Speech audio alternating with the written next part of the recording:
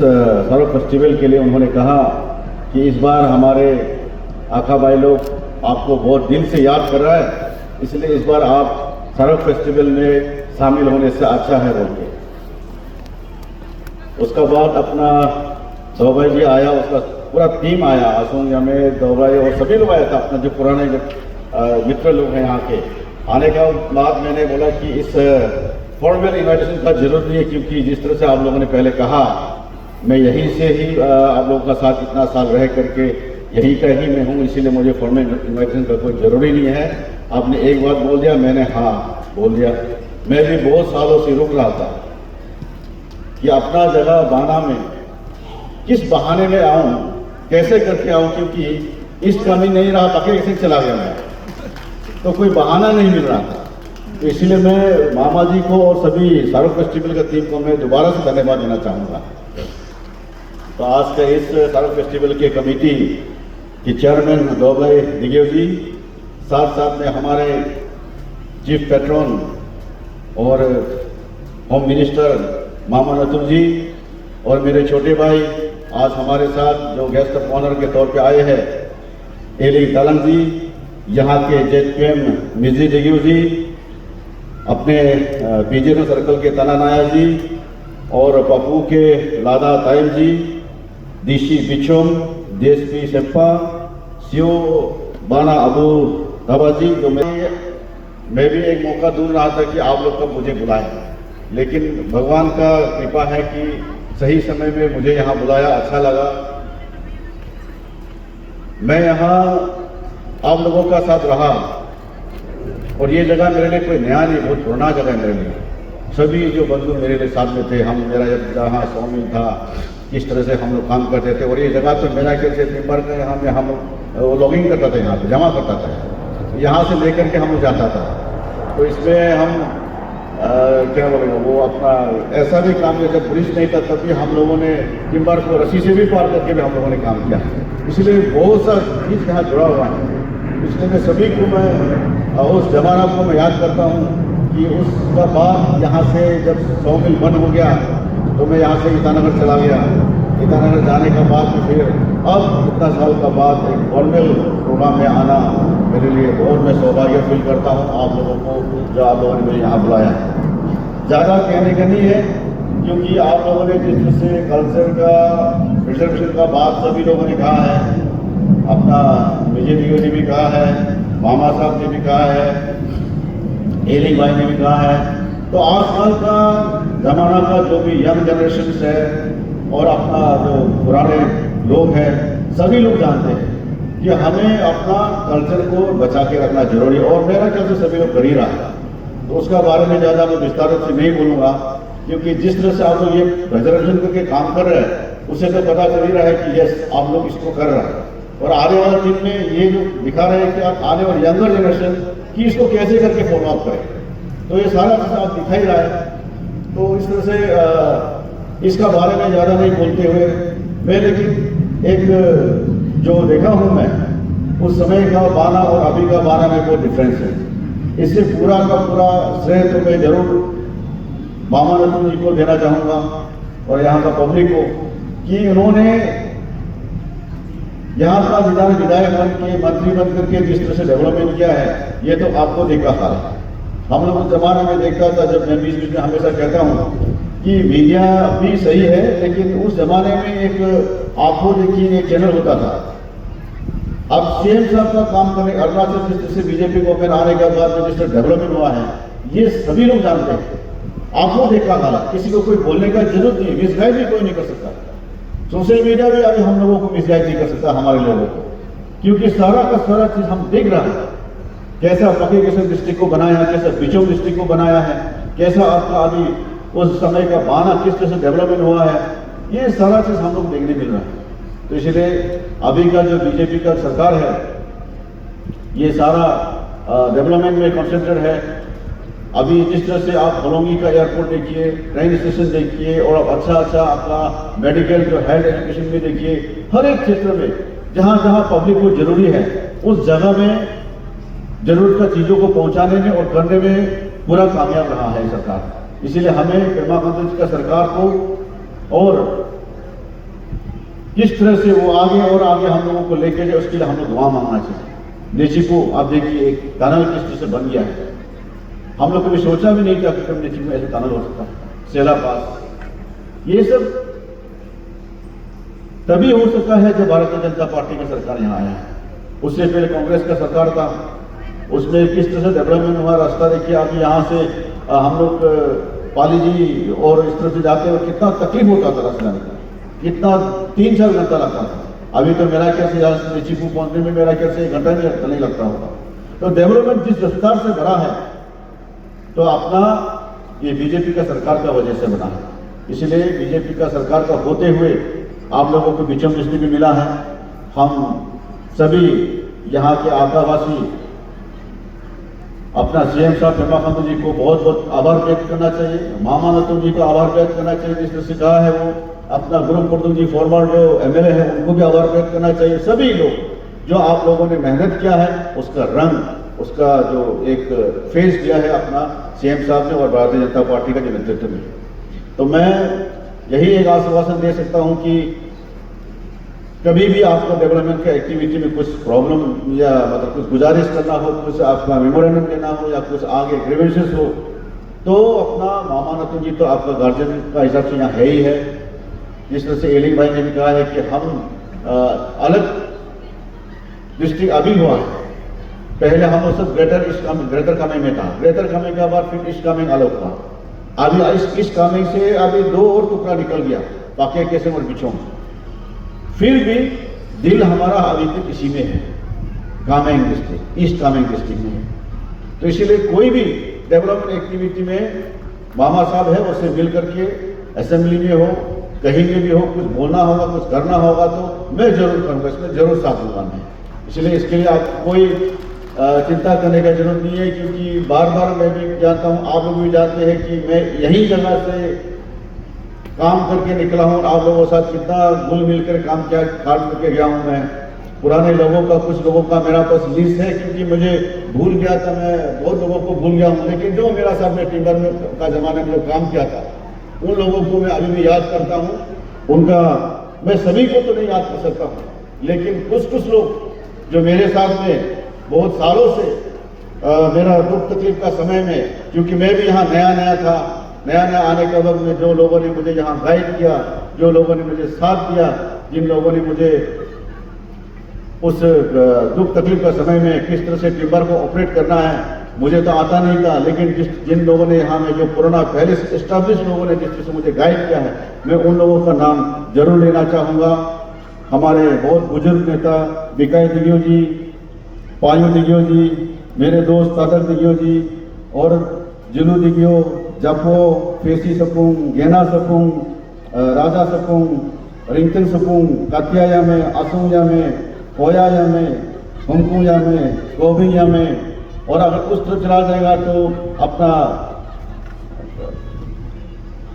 लाई साहब, उन्होंने भी बहुत हमको साथ दिया है। तो ऐसा करके बहुत लोगों का मेरा यहाँ में साथ देना, मुझे साथ दिया है। मैं उस वक्त नया था, थोड़ा जवान भी था, अभी तो उम्र भी बुरा हो गया हूँ। मैं यहाँ जवानी में आया था, लेकिन अभी बुढ़ापे में यहाँ वापस आया हूँ मैं। तो इसीलिए उन लोगों को भी याद करते हुए मैं चाहूँगा कि आप लोगों के लिए थोड़ा सा एक टोकन ऑफ गिफ्ट में लेके आया हूँ। ठंडा दिन का वजह से थोड़ा कुछ लेके आया हूँ। इन लोगों को मैं अपना तरफ से कुछ देके जाऊँगा और वो आसू यामी जी को मिले। इस मेरा प्रोग्राम यहाँ प्रोग्राम खत्म होने के बाद आसू यामी जी को थोड़ा मिले, उन लोगों के थोड़ा सा पुराना यादें, दोस्ती यादें बरकरार रखने के लिए। और मैं अभी यहाँ आया हूँ तो कुछ ना कुछ आप लोगों को देखे या हम कुछ अपने यादें ताज़ा नहीं करने से मुझे अच्छा नहीं लगेगा। इसलिए मैं आसू यामी जी को इसलिए चीज़ को मैं देके जा रहा हूँ, आप लोग उसको बाद में ले लीजिएगा। जहाँ तक एक हेल्थ मिनिस्टर का बारे में बोलूँ तो मैं उसका बारे में जरूर बोलना चाहूँगा। मैं डेवलपमेंट का बारे में आप लोगों ने बहुत चर्चा देख लिया हूँ। मैं मामा साहब ने बहुत किया है, सीएम साहब ने भी आप लोगों को भरपूर मदद किया है। और फेस्टिवल के बारे में तो सब लोग जानते हैं, ये जनरेशन टू जनरेशन आने वाला दिन के लिए ये हम लोगों का एक रिकॉग्नाइजेशन, एक फेस को हम लोग जिस तरह से रिकॉग्नाइज करना है। अभी फिलहाल में ही कहीं 1-2 आदमी का मैंने भाषण सुना था कि हम लोग आजकल का ट्रेंड हो गया कि थोड़ा बाहर का लोगों को, हारन लोगों को शादी करने का ट्रेंड हो गया। तो उनमें कुछ लोगों का ही कहना है कि हम अदर कम्युनिटी को शादी करेगा तो कम से इनर पास में तकलीफ, क्योंकि उसका फेस भी उस तरह का होगा। अपने लोगों को शादी करेगा तो कम से कम अपना फेस रहेगा, इनर पास के भी सेम रहेगा। तो इसीलिए ये ट्रेंड भी हम लोग अपना कल्चर में प्रोजेक्ट करना है। तो अपना लोगों का बीच में ही अरुणाचल कितना बड़ा स्टेट है, चिराग से लेकर तवांग तक है। तो ये है, इसमें ये कल्चर भी आप प्रोजेक्ट करना शुरू कर दीजिए। तो मैं नहीं कहूँगा कि बाहर का लोगों को बिल्कुल नहीं करना, वो प्यार मोहब्बत है, चलता है, लेकिन अपना दिल दिमाग अपना अरुणाचल में ही रहने से अच्छा है। क्योंकि आजकल जिस तरह से हमारा ऑर्गेनाइजेशन लोग बाहर का लोगों को शादी करके फिर अपने सरनेम देने वाला का लोगों की मुहिम चला रहा है, उससे हम लोगों को बचना है। ये अच्छा काम कर जो कर रहा है उसको हम लोग अप्रिशिएट करना चाहिए।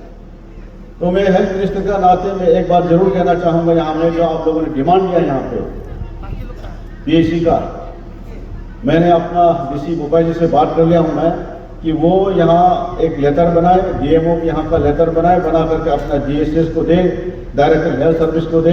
मैं जरूर ये करूँगा काम। आप लोगों ने एक पहला बार मांगा है तो मैं इसको जरूर करने चाहूँगा मैं। और यहाँ पीछे नाला के बारे में बोला है, उसको भी जरूर प्रोसेस कर दूंगा मैं। बीच में कोई कमेटी का लोग हो, यहाँ का लोग हो, जरूर मुझे टच में रहिएगा। अब हेल्थ का बारे में आता हूँ मैं, क्योंकि हेल्थ मिनिस्टर हूँ तो मैं आप लोगों को जागरूक कराना भी मेरा लिए बहुत दायित्व बनता है। अब अरुणाचल को हम सारा, अरुणाचल से नहीं सारा देश को हम लोग अभी टीबी मुक्त बनाने वाले हैं।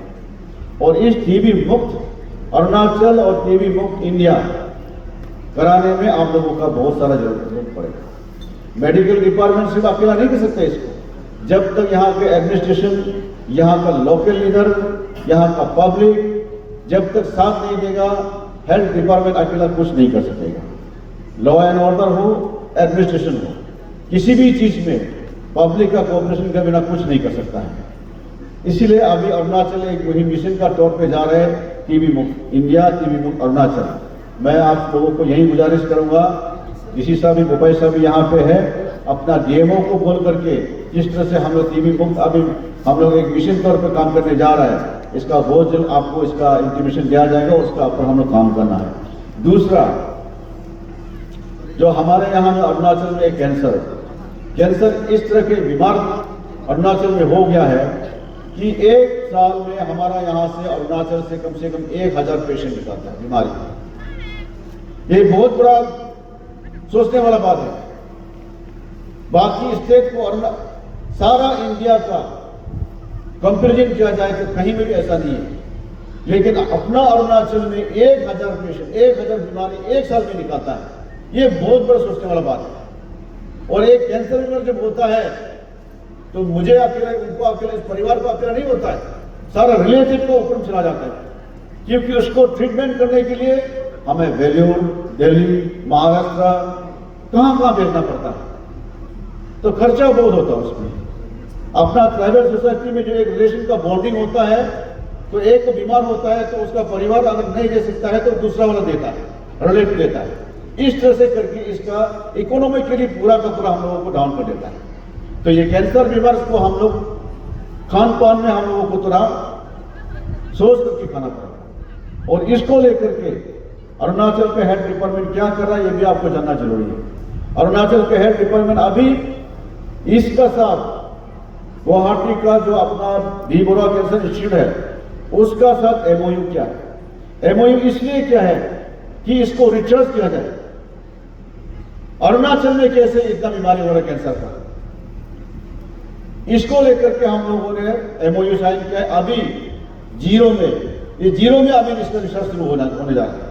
इसीलिए अभी और हेमा खांडू जी का नेतृत्व में अभी हम लोगों को बाहर जाने का जरूरत नहीं है। बहुत जल्दी अपना यूपिया में कैंसर हॉस्पिटल खुलने जा रहा है। इसका इनोग्रेशन भी हो गया है और फाउंडेशन भी मेरा ख्याल से काम भी शुरू हो गया है। तो ये सरकार किस तरह से काम कर रहा है आपको जानना जरूरी है। हम रुपया पैसा धन दौलत कमाते हैं, कमाने का बावजूद भी एक ओहदा में पहुंच जाते हैं, लेकिन आपका स्वास्थ्य नहीं रहेगा तो फिर क्या रहेगा। स्वास्थ्य ठीक रहना बहुत जरूरी है। इसलिए मैं आप लोगों को एक बात जरूर यहाँ छोटा सा एक कहानी का तौर बोल के मैं अपना भाषण यहाँ खत्म करूंगा, क्योंकि हेल्थ को जागरूक कराना मेरा ड्यूटी है आप लोगों को। सारा अरुणाचल में जिस तरह से डॉक्टर का कमियां है सब जानते हैं, एजुकेशन डिपार्टमेंट में टीचर की कमियां सब जानते हैं, होम डिपार्टमेंट में पुलिस का कमियां सब जानते हैं। उसका बावजूद भी जिस तरह से हेल्थ डिपार्टमेंट, डॉक्टर, नर्स लोग जिस तरह से काम कर रहे हैं, उसको हम लोग सराहना करना चाहिए। कमियां होने का बावजूद भी आपको पूरा सर्विस दे रहे वो लोग। एजुकेशन डिपार्टमेंट में टीचर का कमियां होने के बावजूद भी पूरा सर्विस दे रहे वो लोग। होम डिपार्टमेंट में पुलिस का कमियां होने के बावजूद भी वो पूरा सर्विस दे रहे वो लोग। तो उसको हम लोग सराहना करना चाहिए। सराहना नहीं करते, कभी कभी सिर्फ हम लोग उसको सिर्फ एक दूसरा का ऊपर से ब्लेम करते हैं। इसीलिए अभी आपका स्वास्थ्य नहीं रहेगा तो फिर क्या रहेगा? रुपया पैसा कमाना, धन दौलत कमाना, ऐशो आराम करना वो बात का बात है, वो जरूरी है। लेकिन अगर आपका स्वास्थ्य ठीक नहीं रहेगा तो फिर क्या है आपका पास? कुछ भी तो नहीं है। इसीलिए एक कहानी बताता हूं छोटा सा शॉर्ट में। अलेक्जेंडर का नाम आप लोगों ने बहुत सुना होगा, एक एम्परर। दुनिया को पूरा दुनिया को जीतने के लिए उन्होंने निकल पड़ा था और सारा आधा दुनिया तो जीत ही लिया था। 32 ईयर्स की उम्र में उन्होंने सारा दुनिया जीत लिया था। लेकिन क्या हुआ उसका? आदमी का जब मौत आता है ना तो एक अपना इंस्टीट्यूशन होता है। बोलो जाकर कमर है सीता तो सिंह को वो लास्ट दिन हो तो आई तुम सभी हो तो चलो बोलता है ना। ऐसे ही एम्पेयर ने जब उसका जाते जाते सारा हमारे वर्ल्ड को ऑलमोस्ट जीतने का बाद में वो जब उसको बीमार लगा तो उनको लगने लगा कि अब मेरा दिन करीब आ गया है। तब उन्होंने अपना सबसे करीबी जो सेनापति है उनको कहा कि मेरा 3 काम जरूर करना है। तो उन्होंने कहा ठीक है, क्या करना है? तो उन्होंने कहा सबसे पहले तो जब मैं मरने जाऊंगा तो मरूंगा उस वक्त उससे पहले सबसे पहले फिजिशियन को लेके आना। उसके बाद उन्होंने कहा कि और जहां मैं जाऊंगा मुझे मेरा दफनाने का जगह होगा, वहां में रेड कार्पेट के साथ में मेरा जितना धन दौलत उसको बिछा के जाना। और आखिरी ख्वाहिश उन्होंने कहा कि मेरा दोनों हाथ मेरा कब्र का बाहर निकालना। तब उन्होंने उनका सेनापति ने कहा ठीक है ये तो मैं कर दूंगा, लेकिन इसका वजह क्या है? उन्होंने बोला कि मैं इस सारा दुनिया को मैं राज्य को जीतने के लिए मैं जिस तरह से लोगों को नरसंहार किया है, धन दौलत लूटा है, वो धन दौलत मेरा कुछ काम का नहीं, इसलिए इसको मेरा जहां मेरा ग्रेवयार्ड होगा उसका रेड कार्पेट का तो उसको बिछा दिया जाए। उन्होंने पूछा था तो फिजिशियन किस लिए चाहिए? फिजिशियन इसलिए चाहिए कि दुनिया का जितना भी धनी हो, जितना भी पैसा हो, जब मौत आता है तो उसको कोई रोक नहीं सकता। बड़ा से बड़ा फिजिशियन डॉक्टर भी उसको रोक नहीं सकता, इसलिए धन दौलत कुछ काम का नहीं। ये फिजिशियन लोग भी रोक नहीं सकता, उसको बचा नहीं सकता। लास्ट ख्वाहिश उन्होंने कहा कि क्या है? तो हाथ दोनों बाहर निकालने पड़े।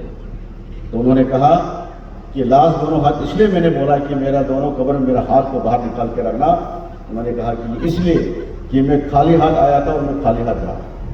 मेरा कहने का मतलब यह है कि आपका स्वास्थ्य, आपका शरीर सही रहना चाहिए, उसका ऊपर हमें ध्यान देना चाहिए। एक हेल्थ मिनिस्टर के तौर पे मैं आप लोगों को यही कहूंगा कि आप अपना स्वास्थ्य खान पान में ध्यान दीजिए, सबका सब स्वास्थ्य रहे। और अपना सभी यहाँ कम्युनिटी का लोगों को मैं यही कहूंगा कि जो मैं यहाँ बोल के जा रहा हूँ उसको थोड़ा ध्यान दीजिएगा और अपने आप को स्वस्थ रखिए। दूसरा जो आपने ग्रीवेंसेस दिया है उसका बारे में तो मैंने बोल दिया है कि अभी इसको बाना में मेरा ख्याल से पीएससी बाना ऑलरेडी है, तो नया पीएससी का क्या नाम देगा आप लोग सोच लीजिएगा। यंग से देना है ना क्या देना है, क्योंकि 2 नाम होगा तो इसमें कोलाइड हो जाएगा। तो इसको सोच करके आज जिन्होंने भी ये ग्रेजुएशन मुझे दिया है दोबारा से मुझे बताया गया कि इसको नाम क्या देना चाहिए। तो आखिरी में मैं इतना ही मेरा बात को रखते हुए अपना कमेटी को